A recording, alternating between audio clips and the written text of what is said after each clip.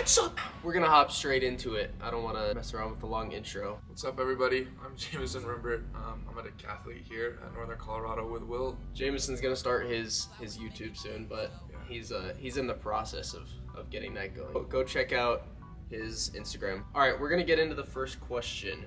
Best thing about UNC? Not to be corny, but I would say the people. I got you. I got all our teammates. I don't have friends that aren't on the team, to be honest. But my teammates are cool.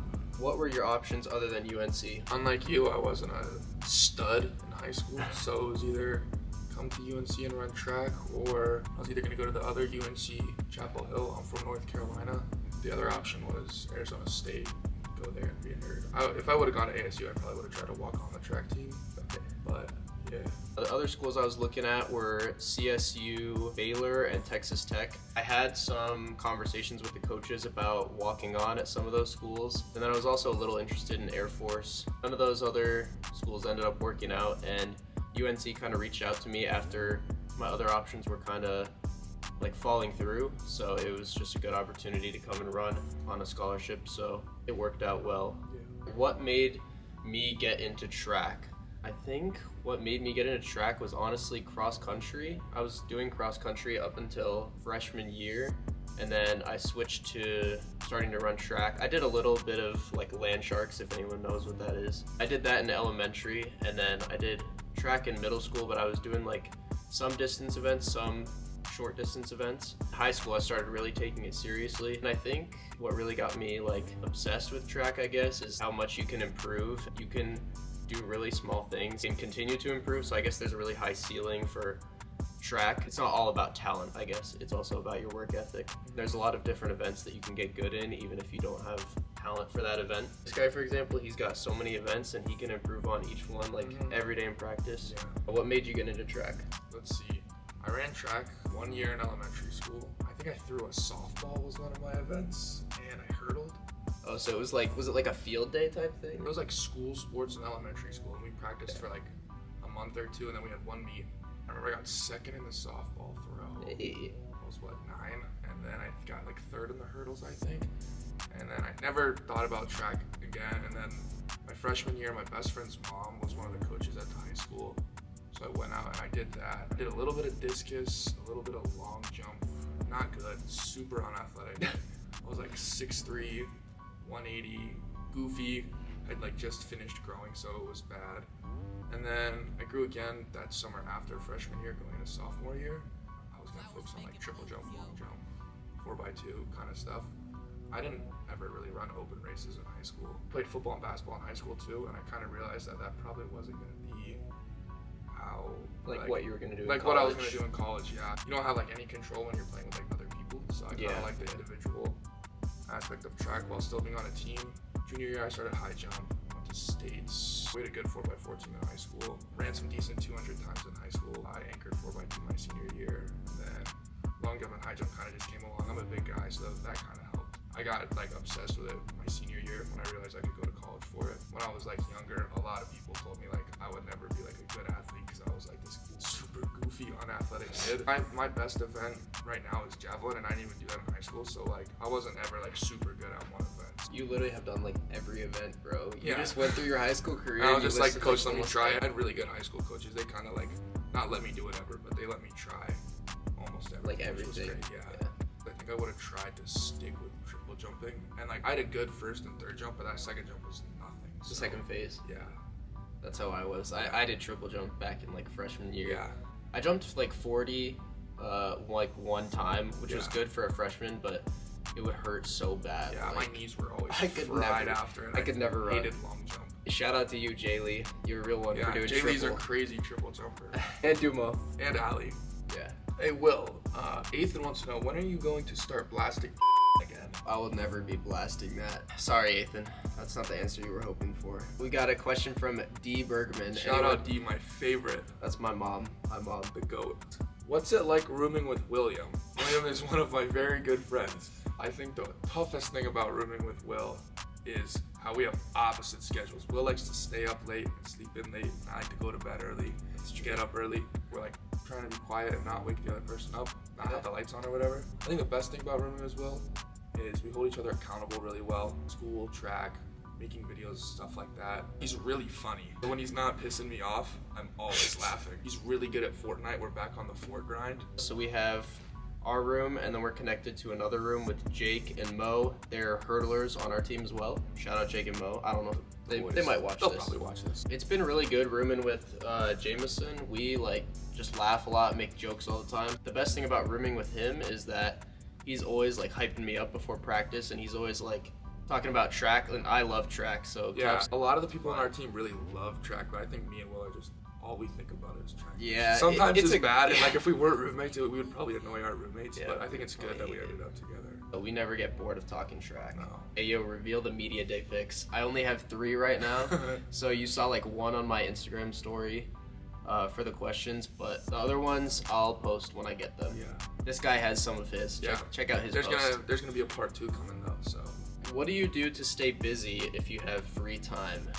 We just kind of get the gang together and hang out, play Fortnite, we'll get food, watch football. We're with each other a lot, so Yeah. sometimes I do need time like by myself. Facts. I'll just like watch YouTube. We honestly don't do that much crazy stuff outside of like track We don't do any crazy stuff. We barely and do school. anything. So we literally just hang out in our room, go to class, eat at the dining hall, practice, and right now I have rehab instead of practice. Yeah. He does rehab and practice because he's coming off a recent injury as well. Favorite meal for breakfast? This is a good one. Shout out Julia. We gotta get this guy better about eating breakfast. Honestly, yeah, I wake up and I eat a banana and like a cheese stick or something because it's just quick and I like sleeping rather than going to the dining hall. I go to the dining hall and I have like the same thing every morning. I have an omelet. I try to have like ham, cheese, spinach every morning, depending on what they have. Sometimes I'll have like steak if they have that instead of ham. Some yogurt with is it granola or oats? Either granola or oats. Yeah. I don't even know. It's I don't probably even the know. same thing. We're probably stupid. And then I have some cranberry juice. What do you have cranberry juice for with breakfast?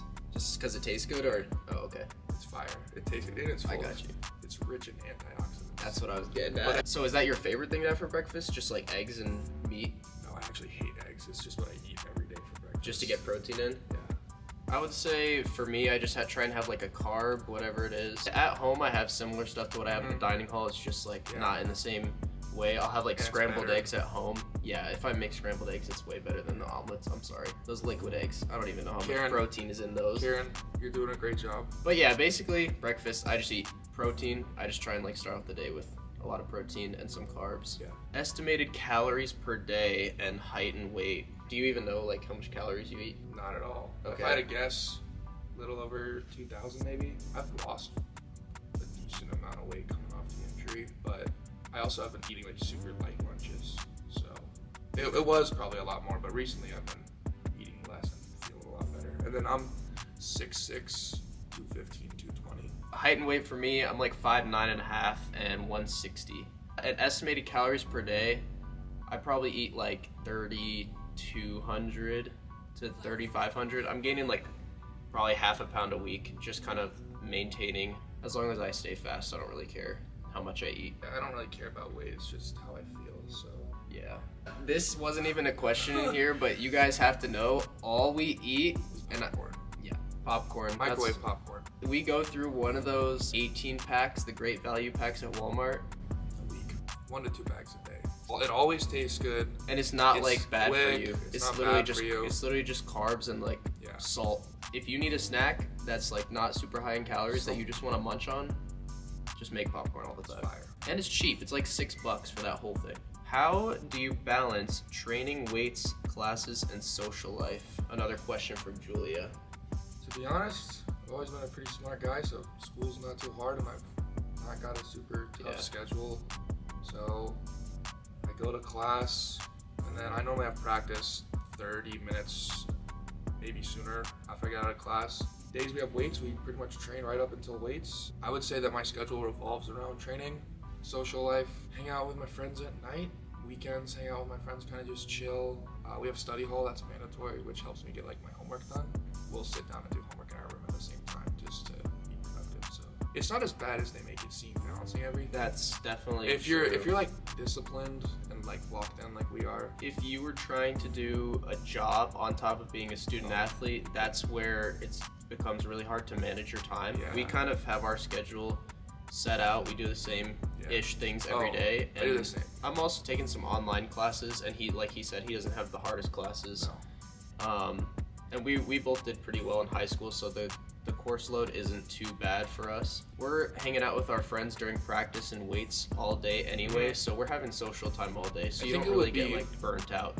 What is your favorite sprint workout? Okay, I'm gonna have to think about this one for a second. My favorite sprint workout is either 120s or 150s. I just really like coming off the curve, and they're not so bad that like you get a ton of lactic. Maybe 6x120, 6x150, 6 to 8 minutes rest between. It's really good to feel that speed without being dead. It's not a super hard workout. What's your favorite workout?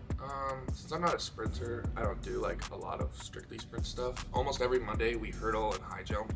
Hurdles are probably my worst event, and high jump is probably my best event. So those are really fun. That's a really good day. And that's really competitive. My training partner's a really good hurdler. I really like jav days because jav's probably my best event. We'll just go sling javs, which is really fun. This guy's best event is probably jabs. He's always wanting to throw the jab. I always want to. I can fun, throw the jab I can't every lie. day. It's so fun. School record coming this year.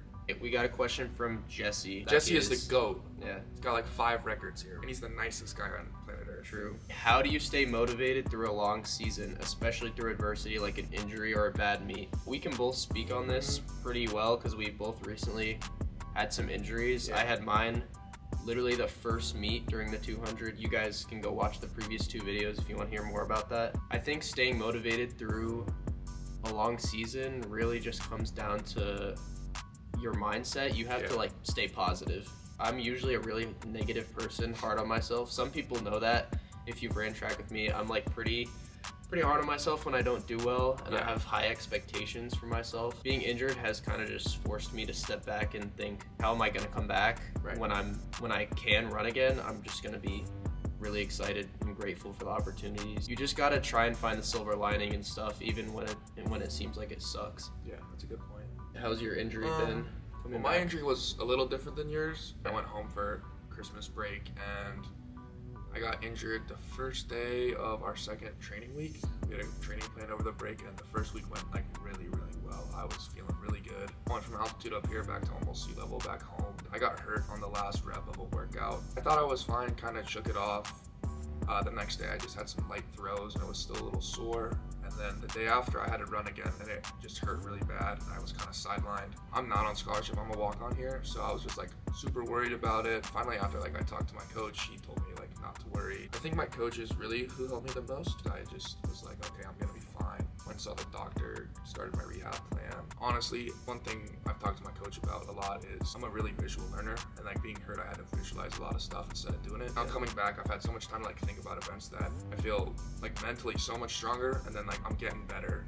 I feel like I'm right back to where I was. It was just a little setback. Like Will said, staying positive, I think, finding the silver lining. Like talking to coach and just talking to other like mentors in my life, other people that I look up to, thinking about how you can only control what you can control. Anything that's out of your control, there's no point in wasting energy on it. In a race, you can't control the other, whatever, 5 or 7 lanes that are next to you. You can only control your lane and what you do. I've definitely learned a lot. I think you can say the same since coming here. Like, we bounce encouragement off each other, all the time, off our teammates, off our coaches. It's hard to be positive all the time, but if you can do that, you have an edge on everyone else. If your mindset's better than them, you're gonna improve at a faster rate. And there's always gonna be another season. If you're a senior and you are injured, maybe you can redshirt and get another season of eligibility. You can also like train and compete unattached after college. I think that the environment of our team is also really helpful for me. People who've had injuries in the past, if you talk to them and just kind of make sure that you're doing everything in the rehab process and not rushing it and coming back too soon. Like, I want to come back. I feel really good right now. I feel like I can run, but I'm not going to start running until next week because that's what my athletic trainer and coach think that's going to be best. This question's from Leon Smith. Do you have any jumpers, knee, patellar tendonitis problems, or knee injuries as a result of training? How did you cope with that and make a comeback? If not, how did your coach tackle these types of injuries? I've never had any knee problems other than like triple jump way back in the day, but patellar tendonitis, one thing that really helps for that, I know, is like isometric holds for your quads. If you get on like a quad extension machine and do like single leg isos for 30 seconds, those really help.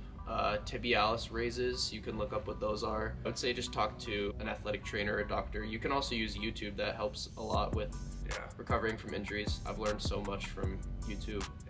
I have good Schlotters when I was younger. I guess I still have it. I was super young. I kind of just rested. I don't get a lot of overuse injuries since I'm not like training one thing specifically. I'm doing something different all the time. I've never heard the term jumper's knee, but patellar tendonitis seems like the same thing. But I have not had any specific injuries, so I'm not the best person to ask about that. But those things I mentioned in the weight room, just stabilization exercises, really working your tendons will help you like keep those main muscle groups solid. How many max effort sprints do you do per week? In season, there's probably 1 or 2 days, 2 days max where we're doing high intensity reps. So usually like maybe a Monday workout or a Tuesday workout and then like a Wednesday. And I would say no more than 10 max effort reps. So whether that's like a long jump approach or an acceleration from blocks, we would only do like 6 reps from blocks, 4 to 6, and then maybe like 4 full approaches. So I would say no more than 10 to 12 on the week of a competition.